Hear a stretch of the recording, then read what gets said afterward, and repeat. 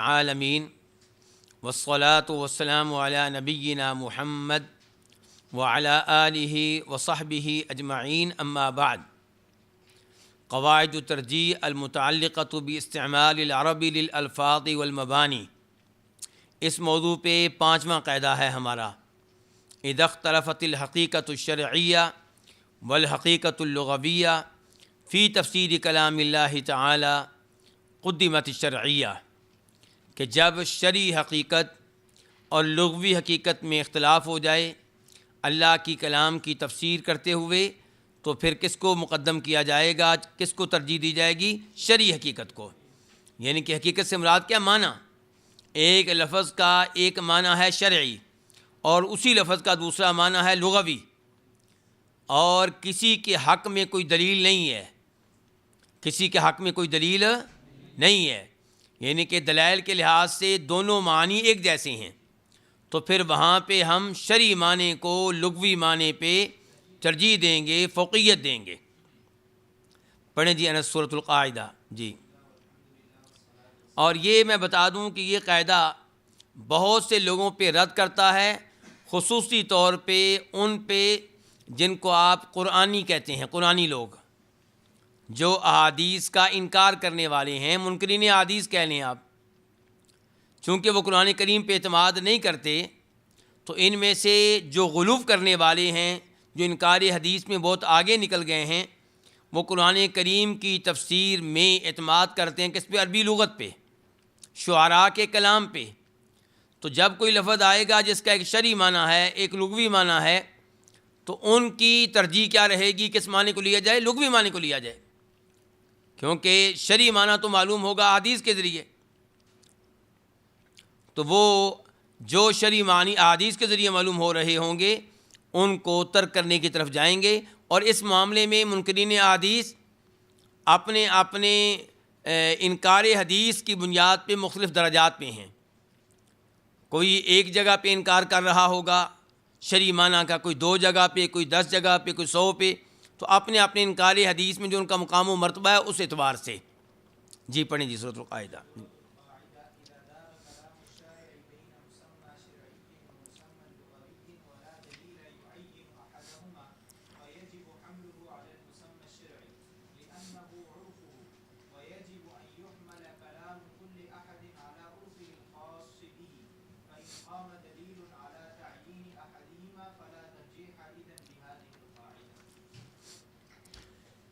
اذا دار کلام الشارع، شارع کا کلام جب گھومے شرعی معنی کے مابین اور لغوی معنی کے مابین، یعنی کہ 2 قول ہوں. ایک قول کہتا ہے کہ اس کا معنی کون سا مراد لیا جائے؟ شرعی معنی.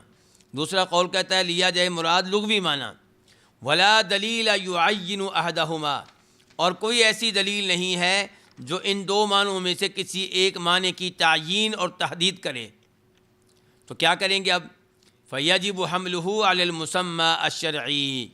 یہ جواب ہے کس کا؟ اذا کا. یہ جواب ہے کس کا؟ اذا کا. تو واجب ہوگا اس کو محمول کرنا کس معنی پہ؟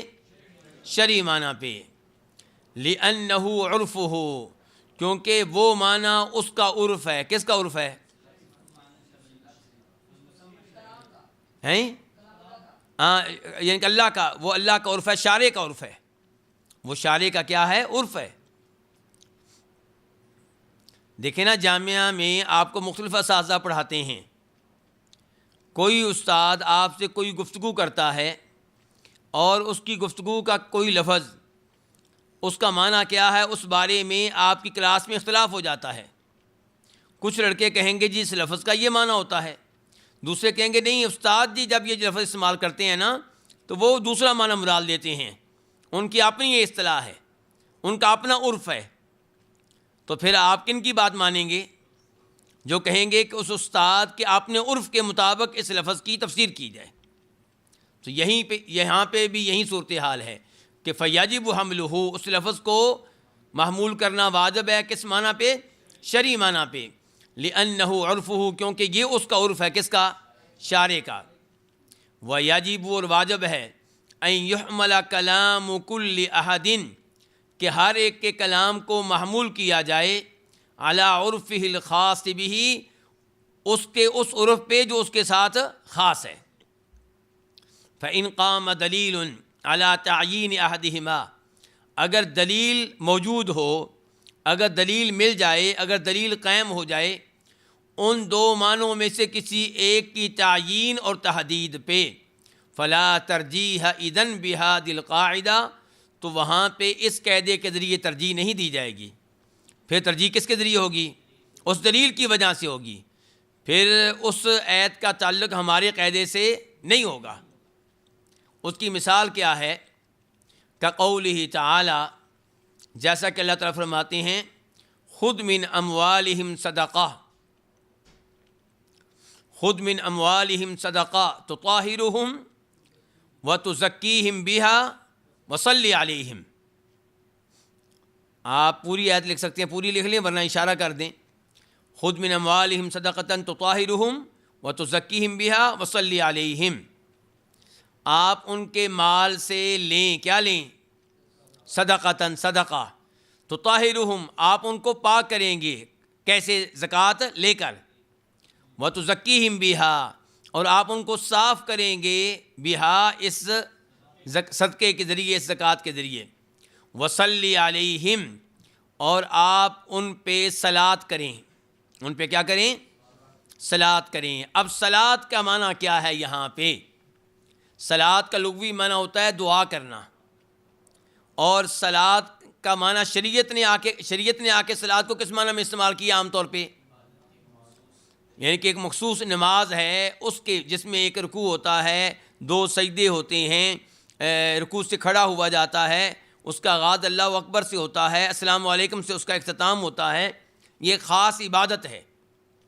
تو شریعت نے عام طور پہ اس لفظ کو اس معنی میں استعمال کیا ہے، لیکن اس لفظ کا اپنا لغوی معنی بھی ہے۔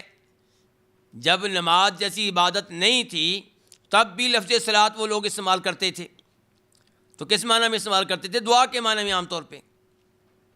تو اب یہاں پہ ہم نے کون سا معنی مراد لینا ہے؟ کہ کیا یہ معنی کہ آپ ان کے لیے نماز پڑھیں یا دعا کا؟ تو آئیے دیکھتے ہیں اس کو اب۔ تو یہاں پہ ہمیں جھگڑا کرنے کی ضرورت اس لیے نہیں ہے کہ یہاں پہ ہمیں خارجی دلیل مل گئی۔ دلیل بخاری مسلم کی حدیث ہے، راوی ہیں عبداللہ ابن ابی اوفا، عبداللہ ابن ابی اوفا، وہ کہتے ہیں کہ کان النبی صلی اللہ علیہ وسلم اذا اتی بصدقۃ قوم، جب آپ علیہ الصلوۃ والسلام کے پاس کسی قوم کی زکوٰۃ لائی جاتی، کان النبی صلی اللہ علیہ وسلم اذا اتی بصدقۃ قوم صلی علیہم، تو آپ ان پہ صلاۃ کرتے، فاتاہ ابی بصدقتہ، فاتاہ ابی بصدقتہ، تو میرے والد صاحب آپ کے پاس اپنا صدقہ لے کر آئے، اپنی زکوٰۃ لے کر آئے، فقال، تو آپ نے فرمایا، یہ ہے جملہ اہم، آپ نے فرمایا اللہم صلی علی آل ابی اوفا، اللہم صلی علی آل ابی اوفا، اے اللہ ابو اوفا کی آل پہ صلاۃ کر۔ آپ نے صلاۃ نماز پڑھی ہے یا دعا دے رہے ہیں؟ دعا دے رہے ہیں۔ تو اس حدیث نے بتا دیا کہ اس آیت میں صلی علیہم سے مراد کیا ہے، ان کے لیے آپ کیا کریں؟ دعا کریں۔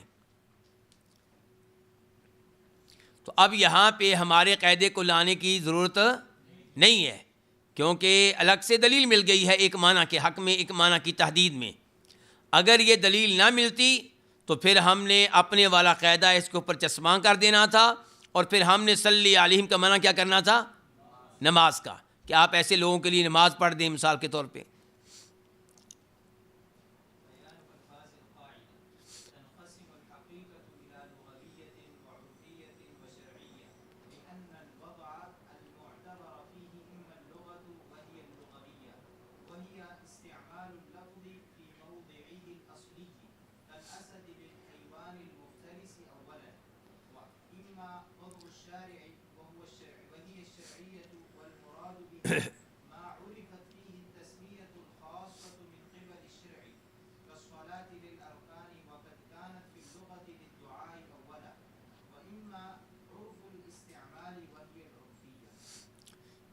چلیں جی، کہتے ہیں اس قاعدہ کے الفاظ کی وضاحت کرتے ہوئے قاعدے میں لفظ استعمال کیا ہوا ہے؟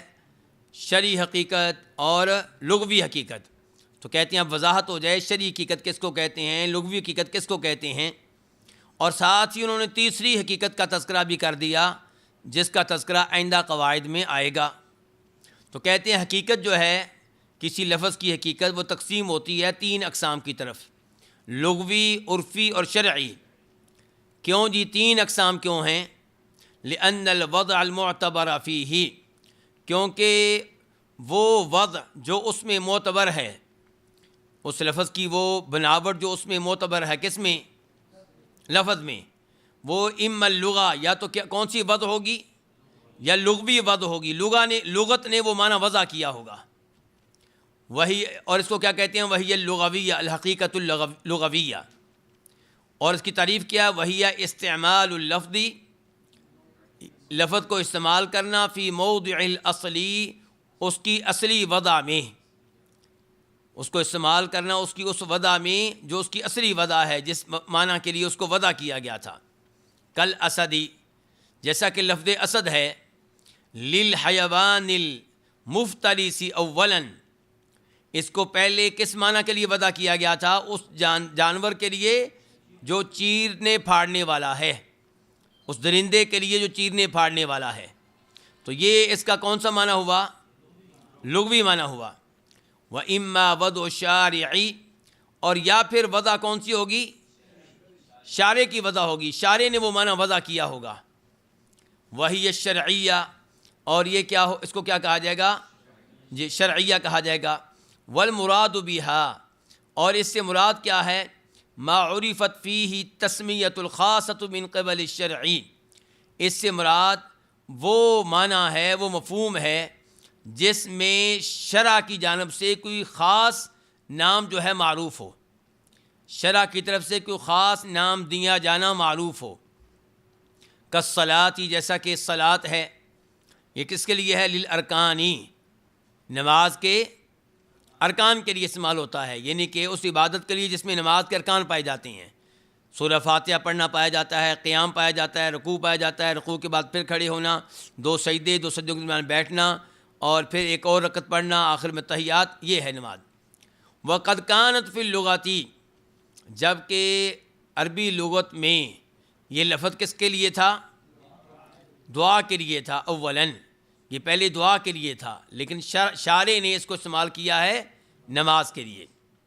وَإِمَّا عُرْفُ الْإِسْتِعْمَالِ، اور یا پھر اس لفظ میں کیا ہوگا؟ استعمال کا عرف، لوگوں نے کسی اور معنی میں اس کو استعمال کر لیا ہوگا. شروع میں وہ لفظ بنایا گیا تھا کسی اور معنی کے لیے، آہستہ آہستہ لوگوں نے اس کو کسی اور معنی میں استعمال کر لیا. وہی العرفیہ، تو اس کو کیا کہتے ہیں؟ اور اس کو کہتے ہیں الحقیقت العرفیہ. اور یہ عرف جو ہوتے ہیں ہر قوم کے اپنے بھی ہوتے ہیں، ہر قبیلے کے اپنے ہوتے ہیں، ہر محلے کے اپنے ہوتے ہیں. کسی جگہ کسی لفظ کو کسی خاص معنی کے لیے استعمال کر لیا جاتا ہے. ہم اپنے دینی مدارس میں کئی الفاظ کو ایسے معنی و مفہوم میں استعمال کرتے ہیں جو معنی مفہوم مدارس سے باہر لوگوں کو معلوم نہیں ہے. اور ان یونیورسٹیوں میں آپ چلے جائیں، ان کالجوں میں چلے جائیں، تو انہوں نے بھی کئی الفاظ کو ایسے معنی مفہوم میں استعمال کیا ہوتا ہے جن کو باہر کے لوگ نہیں جانتے. تو یہ ہر قبیلے کا، ہر ادارے کا، ہر شہر کا، ہر ملک کا اپنا عرف ہو سکتا ہے، اس میں کوئی بڑی بات نہیں ہے. اور عرف کی مثال جو آگے آنے والی ہے، پہلے بھی کئی دفعہ ذکر کی ہے، وہ آیت ہے وفی سبیل اللہ انما الصدقات للفقراء والمساکین والعاملین علیہا. وفی سبیل اللہ کا لغوی معنی کیا ہے؟ اللہ کے راستے میں. تو زکوٰۃ ہوگی اللہ کے راستے میں، تو مسجد میں دیں گے فی سبیل اللہ ہے، مدرسے میں دیں گے فی سبیل اللہ ہے، طالب علموں کو دیں گے فی سبیل اللہ ہے، یتیموں کو، بیواؤں کو فی سبیل اللہ ہے. اس طرح کے سینکڑوں کام ہو سکتے ہیں جو فی سبیل اللہ ہے. لیکن نبی علیہ الصلوۃ والسلام نے، صحابہ کرام نے اس لفظ کو استعمال کیا ہے اپنے خاص عرف میں، اور وہ کیا ہے؟ جہاد، جہاد کے معنی میں. تو یہ عرف ہے. یہ کیا ہے؟ یہ عرف ہے. چلیں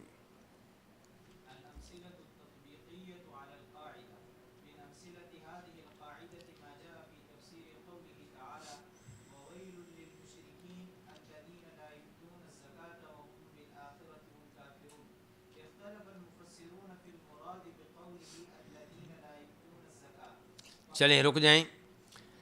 اس قاعدے کی مثالوں میں سے وہ مثال ہے جو کچھ آیا ہے اللہ تعالیٰ کے اس فرمان کی تفسیر میں کہ اور عظیم ہلاکت ہے ان مشرکین کے لیے الذین لا یؤتون الزکاۃ، جو زکوٰۃ نہیں دیتے، وہم بالآخرۃ ہم کافرون، اور یہی لوگ آخرت کے منکر ہیں. اختلف المفسرون فی المراد بقولہ الذین لا یؤتون الزکاۃ، مفسرین نے اختلاف کیا ہے الذین لا یؤتون الزکاۃ کے معنی و مفہوم میں. تو دو معنی بیان کیے گئے ہیں. ایک کیا آگے آ رہے ہیں. ایک معنی کیا ہے؟ زکوٰۃ ادا کرنا. زکوٰۃ کا وہی معنی جو مشہور و معروف ہے شریعت میں. شریعت نے لفظ زکوٰۃ کو ایک مخصوص معنی میں استعمال کیا ہے. اور دوسرے علماء کرام کہتے ہیں نہیں، زکوٰۃ کا یہ والا معنی نہیں. یہاں پہ زکوٰۃ کا لغوی معنی ہے. وہ کیا؟ پاکیزگی. جو پاکیزگی اختیار نہیں کرتے. پاکیزگی کیسے اختیار کی جائے گی؟ گناہوں سے بچیں، شرک سے بچیں، کفر سے بچیں. ٹھیک ہو گیا علماء کرام؟ جس سے لفظ تزکیہ نفس بھی اسی سے ہے نا. نفس کو پاک کرنا کس سے؟ گناہوں سے. اور اسی سے یہ آیت ہے قد افلح من تزکا، قد افلح من زکاہا. تو لفظ زکا یزکی تزکیہ، اس کے دو معنی ہو سکتے ہیں، لیکن شریعت نے عام طور پہ لفظ زکوٰۃ کو جو استعمال کیا ہے وہ کس معنی میں استعمال کیا؟ مالی زکوٰۃ کے معنی میں.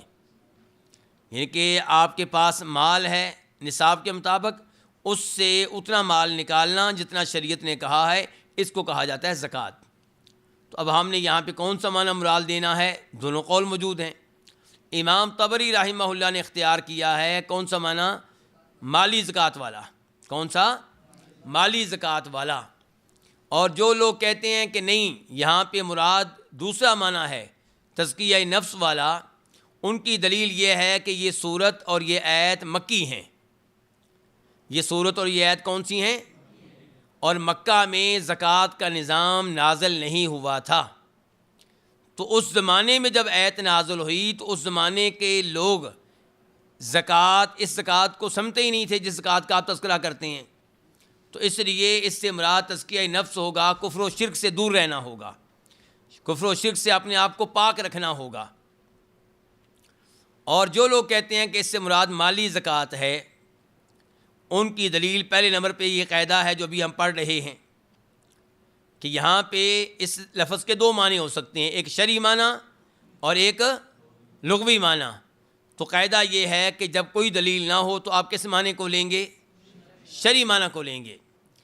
جہاں تک تعلق ہے اس بات کا کہ مکہ میں زکوٰۃ ہوتی نہیں تھی، تو یہ ہم مانتے ہیں کہ مکہ میں زکوٰۃ کا یہ سسٹم نہیں تھا جو آج موجود ہے، لیکن زکوٰۃ کا ابتدائی حکم نازل ہو چکا تھا.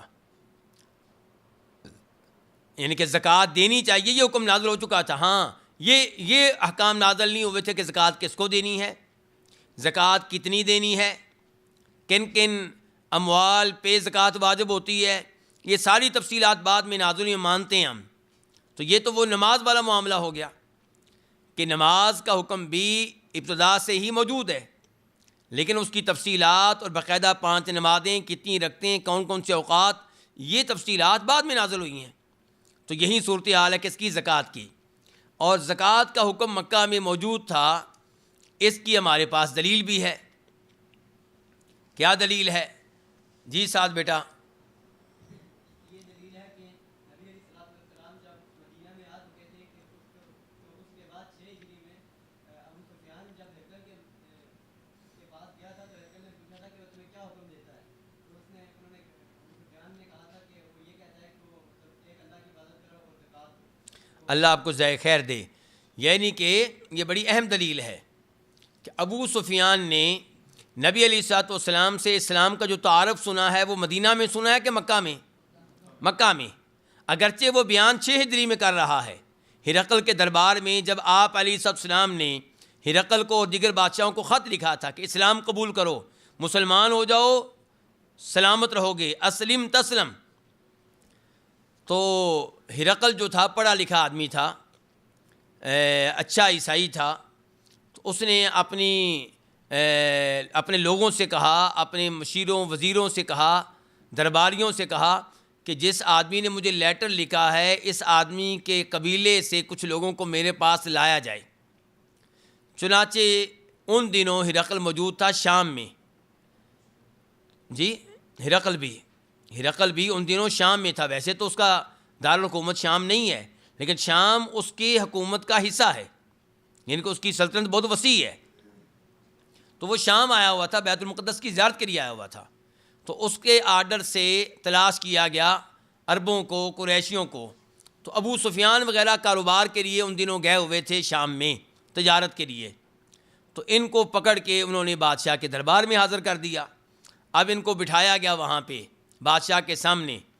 بادشاہ نے پوچھا تم میں سے سب سے گہری رشتہ داری اس آدمی کے ساتھ کس کی ہے جس نے مجھے لیٹر لکھا ہے صلی اللہ علیہ وسلم؟ تو کہا گیا کہ ابو سفیان کی۔ تو ابو سفیان کو اس نے کہا کہ میرے سامنے بیٹھ جاؤ، اور باقی لوگوں سے کہا گیا کہاں پہ بیٹھنا ہے؟ ابو سفیان کے پیچھے، آگے نہیں، کیونکہ آگے اشارے ہو سکتے ہیں، پیچھے بیٹھنا ہے کہ ایک دوسرے کو اشارے نہ کر سکیں۔ تو کہا گیا کہ میں اس سے سوال کروں گا، اگر یہ درست جواب دے تو ٹھیک، اگر کہیں پہ غلط جواب دے تو آپ لوگوں نے بتانا ہے کہ اس نے غلط جواب دیا ہے۔ تو ابو سفیان نے یہ معاملہ مسلمان ہونے کے بعد بیان کیا، اور ابو سفیان کہتے ہیں کہ خواہش تھی کہ نبی علیہ الصلوۃ والسلام کے بارے میں غلط معلومات دوں، لیکن ممکن نہیں تھا، اور پھر یہ بھی مجھے ڈر و خوف تھا کہ لوگ کہا کریں گے کہ ابو سفیان نے وہاں پہ جھوٹ بولے تھے، تو اس لیے میں جھوٹ نہیں بول سکا، بس سوائے اس بات کے کہ کیا کہ کبھی وہ جیتا ہے کبھی ہم جیتے ہیں، اور اب ہمارا اس کے ساتھ معاہدہ ہوا ہے، دیکھیں کیا بنتا ہے، دیکھیں کیا بنتا ہے۔ اس کو ابو سفیان نے اپنا جھوٹ شمار کیا ہے۔ کیوں؟ کیونکہ ابو سفیان کو یقین تھا کہ نبی علیہ الصلوۃ والسلام کی طرف سے گڑبڑ نہیں ہوگی، ہوئی تو ہماری طرف سے ہوگی، وہ وعدے کے سچے ہیں۔ تو جو آپ کے دل میں ہو اس کے خلاف بیان کرنا ہے، اس کو جھوٹ کہتے ہیں۔ تو اس کے علاوہ کہتے ہیں میں نے کوئی گڑبڑ نہیں کی۔ تو وہاں پہ جو سوالات ہوئے تھے ان کے جوابات ابو سفیان نے دیے، اور ان کے اوپر ہرقل نے اپنا تبصرہ کیا، ہر سوال کے جواب پہ تبصرہ، کہ میں نے تم سے یہ سوال کیا تھا، تو نے یہ جواب دیا ہے، اور اس کے اوپر میرا تبصرہ یہ ہے۔ یہ چیزیں پڑھنے والی ہیں، یہ حدیث پڑھنے والی ہے، کہاں ملے گی بھلا؟ صحیح بخاری کے آخر میں یا درمیان میں؟ یہ شروع میں دوسری تیسری حدیث ہے یہ، تو یہ پڑھیے آپ، بڑا مزہ آئے گا پڑھنے کا۔ اچھا، تو وہاں پہ یہ جو سوال کیا گیا تھا کہ اس کی تعلیمات کیا ہیں، وہ تمہیں کیا حکم دیتا ہے؟ تو ابو سفیان نے کہا تھا کہ وہ ہمیں حکم دیتا ہے زکوٰۃ ادا کرنے کا، صلہ رحمی کا، سچ بولنے کا، کئی باتیں اس نے بتائیں۔ تو ایک بات کیا تھی؟ زکوٰۃ ادا کرنے کا۔ اس کا مطلب یہ ہے کہ زکوٰۃ ادا کرنے کا حکم مکہ میں موجود تھا، اور اس کی مزید تائید کے طور پہ یہ آیت پیش کی جاتی ہے وَآتُوا حَقَّهُ یوم حصادی، کہ یہ آیت وہاں پہ موجود تھی، وَآتُوا حَقَّهُ یوم حصادی۔ تو اس قسم کے احکام موجود تھے، زکوٰۃ کا اصل اور زکوٰۃ کی ابتدائی شکل وہاں پہ بھی موجود تھی، اور اس کے بارے میں اللہ تعالی نے کہا ہے کہ وَوَيْلٌ لِّلْمُشْرِكِينَ، اور عظیم ہلاکت ہے ان مشرکین کے لیے جو زکوٰۃ ادا نہیں کرتے اور وہی آخرت کے منکر ہیں۔ اچھا، ایک اعتراض اس تفسیر پہ یہ بھی کیا جاتا ہے کہ یہ گفتگو ہو رہی کہ ان کے بارے میں، کفار کے بارے میں، مشرکین کے بارے میں، اور مشرکین کے بارے میں یہ مشرکین کی یہ مذمت کیسے ہو سکتی ہے کہ وہ زکوٰۃ ادا نہیں کرتے؟ وہ تو ابھی مسلمان ہی نہیں ہوئے۔ مشرکین کی یہ مذمت تو بیان کی جا سکتی ہے کہ توحید قبول نہیں کرتے، لیکن یہ مذمت کیسے ہو سکتی کہ زکوٰۃ نہیں دیتے؟ وہ تو مسلمان ہے ہی نہیں، وہ زکوٰۃ دیں بھی تو اسلام قبول ہی نہیں کرتا۔ تو اس کا جواب کیا ہے؟ ہاں جی، وہ فروع کے کیا ہیں؟ مکلف ہیں، اگرچہ صورتحال وہی ہے جو ہماری نماز کی ہے۔ ہمیں اللہ تعالیٰ بار بار کہتے ہیں نماز پڑھو، نماز پڑھو، نماز پڑھو، لیکن اگر کوئی وضو کے بغیر پڑھ لے نماز ہو جائے گی؟ کیوں جی؟ تو اگر وہ کہے جی مجھے کہا گیا تھا نماز پڑھو، میں نے تو پڑھ لی ہے، تو ہم کہیں گے نماز پڑھو کا جو حکم ہے اس کا مطلب یہ ہے کہ نماز پڑھو یعنی کہ اس کی شرائط کو پورا کر کے، دیکھو وقت ہوا کہ نہیں ہوا، قبلہ رخ ہو کہ نہیں ہو، وضو ہے کہ نہیں ہے، یہ ساری شرائط پوری کر کے پھر نماز پڑھو۔ تو ایسے ہی کفار سے جب کہا جاتا ہے نماز پڑھو زکوٰۃ دو، اس کا مطلب ہے پہلی شرط پوری کرو، کیا؟ ایمان لاؤ۔ تو اب پڑھتے ہیں اوپر دیکھ کے، جی شیخ صاحب جی۔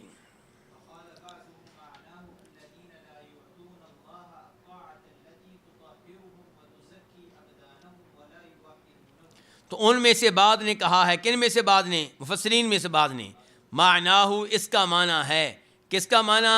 لقمان، احسنت، الذین لا یؤتون الزکوٰۃ کا معنی کیا ہے جی؟ الذین لا یعطون اللہ طاعہ، کہ وہ لوگ جو نہیں دیتے اللہ تعالیٰ کو، کیا نہیں دیتے؟ وہ اطاعت جو ان کو پاک کر دے گناہوں سے، وتزکی ابدانہم، اور جو پاک کر دے ان کے جسموں کو، ولا یوحدونہ، اور اللہ کی توحید کو اختیار نہیں کرتے، اللہ کو ایک نہیں مانتے عبادت کے لائق ہونے میں۔ یہ ہے پہلی تفسیر۔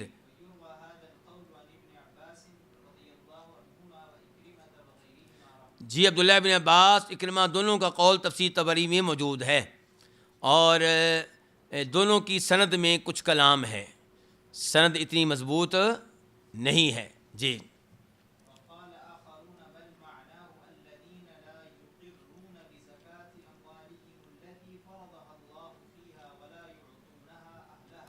اور دوسرے لوگوں نے کہا بلکہ اس کا معنی مفہوم یہ ہے کہ وہ لوگ جو اپنے اموال کی زکوٰۃ دینے کا اقرار نہیں کرتے، وہ زکوٰۃ جس کو اللہ نے فرض کیا فیہا، ان میں، کن میں؟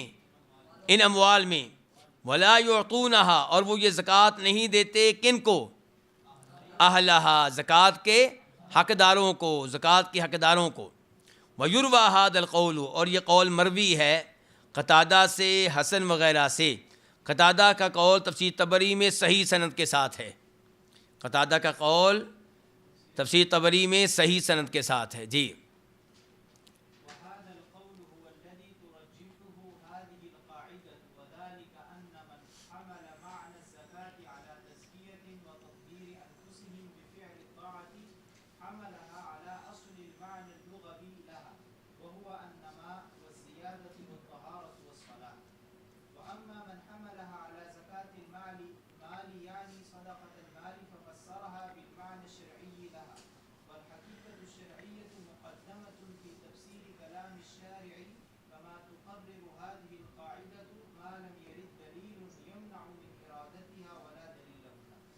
چلیں جی۔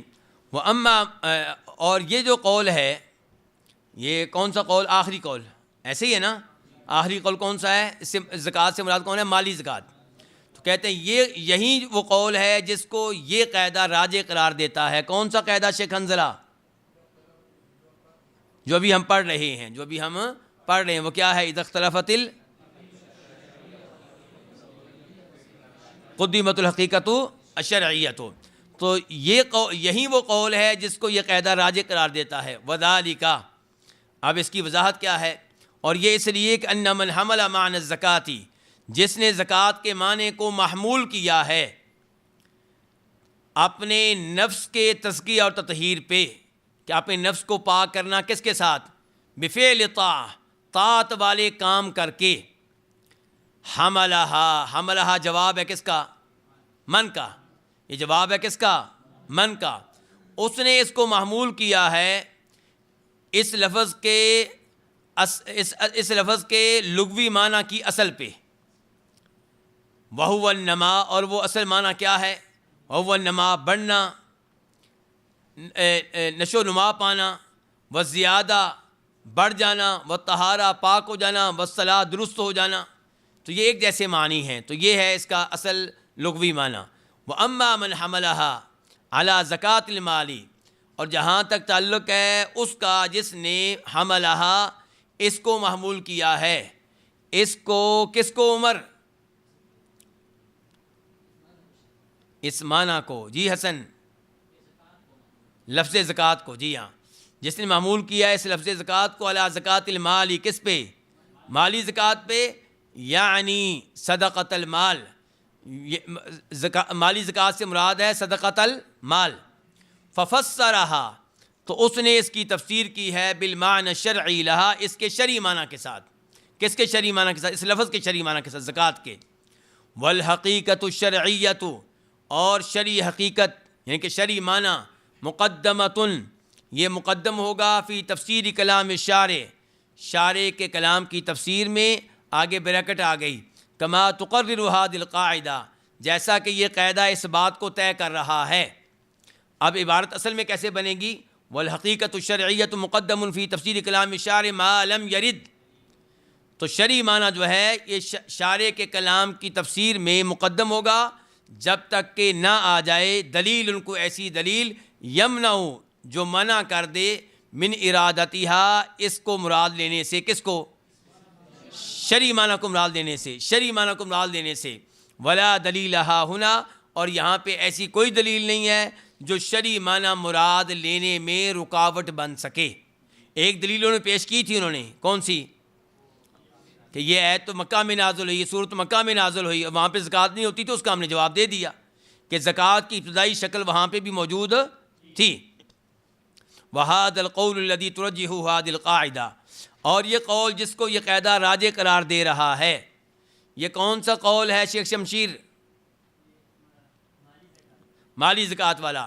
قد رجحہ، اسی قول کو راجح قرار دیا ہے جماعت من المفسرین، مفسرین کی ایک جماعت نے. قال الطبری، امام طبری کہتے ہیں بعد ان ذکر القولین، ان دونوں اقوال کا تذکرہ کرنے کے بعد. ہاں جی، کیا کہتے ہیں؟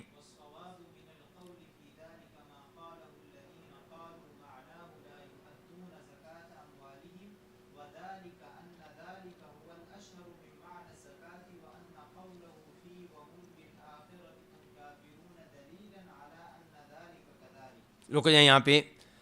والصواب من القول فی ذالک، اس میں جو اقوال ہیں ان میں سے درست قول فی ذالک، اس میں، کس میں؟ اس لفظ کے معنی میں، لفظ زکوٰۃ کے معنی میں، اس آیت میں آنے والے لفظ زکوٰۃ کے معنی میں جو درست قول ہے، الصواب کی خبر کدھر ہے؟ ما قالہ، وہ قول ہے جس کو کہا ہے ان لوگوں نے جنہوں نے یہ کہا ہے کہ معناہ، اس لفظ کا معنی کیا ہے؟ کہ لا یؤدون زکاۃ اموالہم، کہ وہ اپنے اموال کی زکوٰۃ ادا نہیں کرتے. یہ کیوں جی؟ یہ کیوں درست ہے جی؟ اس کی دلیل دیں جی امام طبری صاحب. کہتے ہیں وذالک ان ذالک، کیونکہ یہی معنی زیادہ مشہور ہے لفظ زکوٰۃ کے معنی میں سے. لفظ زکوٰۃ کے معنی میں سے مشہور ترین معنی کون سا ہے؟ مالی زکوٰۃ کا معنی. جی آگے. اور بے شک اللہ تعالیٰ کے اس فرمان میں کہ وَهُمْ بِالْآخِرَةِ هُمْ کافرون، کہ وہی آخرت کا انکار کرنے والے ہیں. دلیلاً، اس میں دلیل ہے عَلَىٰ أَنَّ ذَلِكَ كَذَلِكَ، کہ یہ بات اسی طرح ہی ہے، یہ بات اسی طرح ہی ہے جس طرح میں نے کہی ہے. کیا کہی ہے میں نے؟ کہ زکوٰۃ کا معنی کیا ہے؟ مالی زکوٰۃ. لِأَنَّ الْكُفَّارَ، کیونکہ وہ کافر الَّذِينَ عُنُوا بِهَذِهِ الْآيَةِ، جو اس آیت سے مراد ہیں. عنو اسی سے ہوتا ہے نا، یعنی، کیونکہ وہ کفار جو اس آیت سے مقصود ہیں، مراد ہیں، کانوا لا یشہدون ان لا الہ الا اللہ، وہ لا الہ الا اللہ کی شہادت نہیں دیتے تھے. فلو کان قولہ الذین لا یؤتون الزکاۃ مرادا بہ الذین لا یشہدون ان لا الہ الا اللہ لم یکن لقولہ وہم بالآخرۃ ہم کافرون معنی. کہتے ہیں کہ وہ لوگ جو زکوٰۃ نہیں دیتے، اس سے مراد کچھ لوگ کیا لیتے ہیں؟ شرک، یعنی کہ توحید اختیار نہیں کرتے، شرک سے دور نہیں رہتے. ایسے ہی ہے نا؟ تو اس کا معنی مطلب کیا ہوا؟ کہ کافر ہیں، مشرک ہیں، لا الہ الا اللہ کی شہادت نہیں دیتے ہیں. کہتے ہیں اگر الذین لا یؤتون الزکاۃ کا معنی یہ ہے کہ وہ لوگ جو شہادت نہیں دیتے کہ اللہ کے سوا کوئی معبود نہیں، تو لم یکن جواب ہے کس کا؟ لو کا. احسنتا، تو نہیں ہوگا اللہ کے فرمان وہم بالآخرۃ ہم کافرون کا کوئی مطلب، کوئی اس کا کوئی مقصد نہیں رہے گا. پھر بعد میں وہ کہنے کا مطلب نہیں رہے گا. یعنی کہ اللہ لا یؤتون زکوٰۃ کا معنی بھی یہ ہے کہ وہ لا الہ نہیں کہتے، وہم بالآخرۃ ہم کافرون کا مطلب بھی یہ ہے کہ کفر کرتے ہیں. تو بات تو پھر ایک ہی ہوگی. تو کہتے ہیں پھر دوسرے جملے میں اس کا مطلب ہے وہی بات دہرائی گی جو پہلے جملے میں ہے.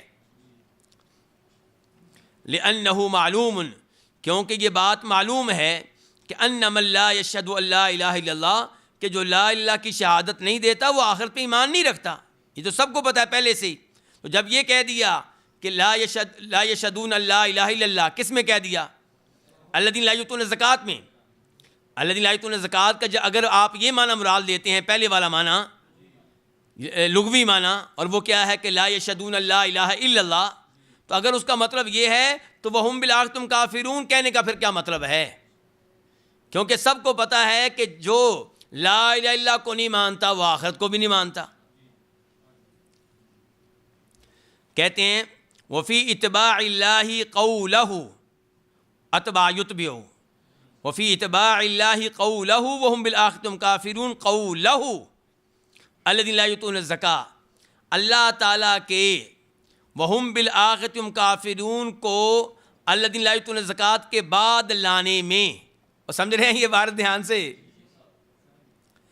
وہم اللہ تعالیٰ کے وہم بالآخرۃ ہم کافرون کو الذین لا یؤتون الزکاۃ کے بعد لانے میں ما ینبئ، وہ چیز ہے جو بتا رہی ہے.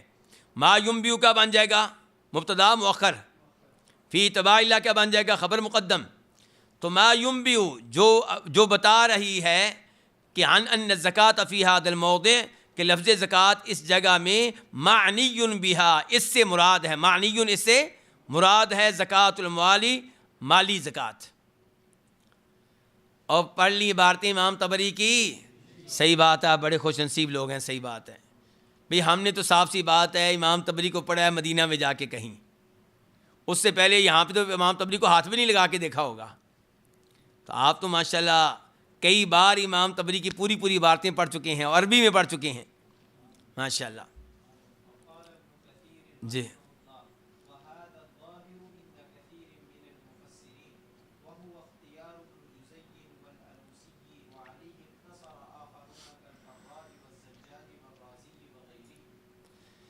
امام ابن کثیر کہتے ہیں اور یہی معنی ظاہر ہے بہت سے مفسرین کے ہاں.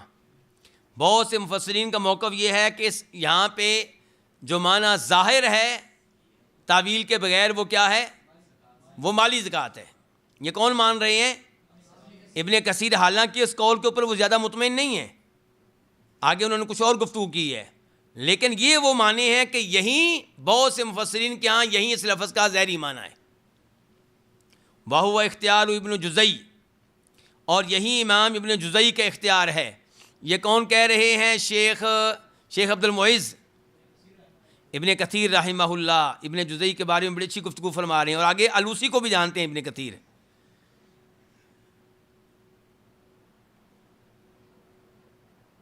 عبد المعز بڑا کام خراب ہو گیا ہے. اگر آپ مانتے ہیں کہ ابن کثیر کہہ رہے ہیں تو اس کا مطلب ہے الوسی کو بھی وہ جانتے ہیں، جبکہ الوسی ان کے دنیا سے چلے جانے کے کئی 100 سال کے بعد پیدا ہوئے ہیں. ہاں جی، تو کون ہے یہ؟ مصنف ہیں. ابن کثیر کی بات ختم ہوگی مفسرین پہ. یہ لکھا نہیں ہوا الف ہا، کیا مطلب ہے؟ انتہا. الف ہا کا مطلب کیا ہے؟ انتہا. دھیان سے بیٹھیے عبد المعز، آپ قید ہیں پوری امت کے ادھر، دھیان سے. تو جب آپ کی غلطی ہوتی ہے تو حنظلہ اور عباس وغیرہ کے چہرے جھک جاتے ہیں کہ ہمارے قید سے غلطی ہو گئی، تو ذرا دھیان سے بیٹھا کریں. چلیں جی. وہو اختیار ابن جزئی، یہ اختیار ہے کس کا؟ امام ابن جزئی کا. والآلوسی، اور کس کا؟ امام آلوسی کا، جن کی کتاب کا نام کیا نیچے لکھا ہوا ہے؟ روح المعانی. ادھر پڑھی ہے کہیں پہ؟ کدھر پڑھی ہے؟ جائیں انس ہاتھ لگائیں تاکہ باقی سب بچے دیکھ سکیں.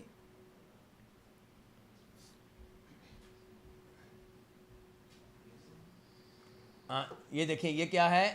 یہ روح المعانی کس کی ہے؟ امام آلوسی کی، عراق کے تھے، حنفی تھے. اچھا آگے دیکھیں ابن جزئی کی. نہیں ہے؟ پکی بات ہے. اچھا چلیں ٹھیک ہے. تو اور یہاں پہ چھوٹا سا یہ بھی بتا دوں کہ یہ امام آلوسی جو ہیں جن کی تفسیر ہے روح المعانی، ان کے بیٹے کی کتاب ہے جن کا اس کا تذکرہ میں کئی دفعہ شاید آپ کے سامنے کر چکا ہوں گا. کیا؟ الآیات البینات فی عدم سماع الاموات عند الحنفیۃ السادات. بڑی اہم کتاب ہے ہمارے لیے. یعنی کہ آلوسی کے بیٹے حنفی ہیں وہ بھی، اور بغداد کی بہت بڑی مسجد کے امام و خطیب تھے. انہوں نے کہیں مسئلہ بیان کر دیا کہ مردے نہیں سنتے, تو نمازیوں نے شور شرابہ ڈال دیا کہ یہ تو آپ کا موقف جو ہے ہم حنفیوں کے موقف کے خلاف ہے. تو امام آلوسی کے اس بیٹے نے باقاعدہ کتاب لکھی جس سے ثابت کیا کہ ہمارے بڑے حنفیوں کا یہی موقف تھا کہ مردے نہیں سنتے. الآیات البینات فی عدم سماع الاموات عند الحنفیۃ السادات. اور اس سے بھی بڑی اہم بات یہ ہے کہ یہ کتاب شاید اتنی عظیم نہ ہو جتنا عظیم اس کتاب کا وہ مقدمہ ہے جو لکھا ہے امام المحدثین شیخ ناصر الدین البانی رحمہ اللہ نے. بہت زبردست مقدمہ پڑھنے والا ہے اس مسئلے میں. اگر آپ چاہتے ہیں کہ آپ کا ذہن بالکل صاف ہو جائے, مردے سنتے ہیں کہ نہیں سنتے, اور آپ کا تردد ختم ہو جائے, ورنہ کبھی آپ یہ پڑھتے ہیں تو ادھر کے ہو جاتے ہیں, وہ پڑھتے ہیں تو ادھر کے ہو جاتے ہیں.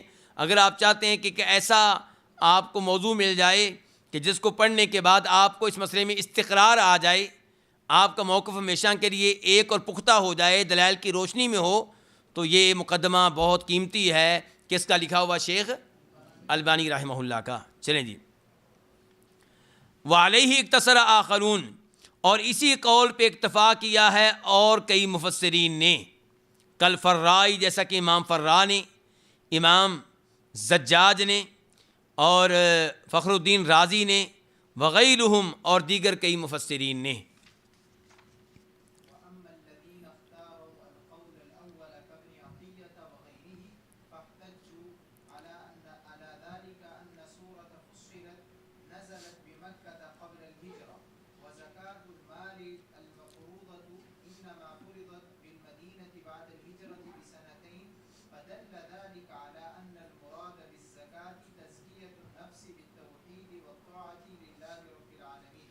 رک جائیں.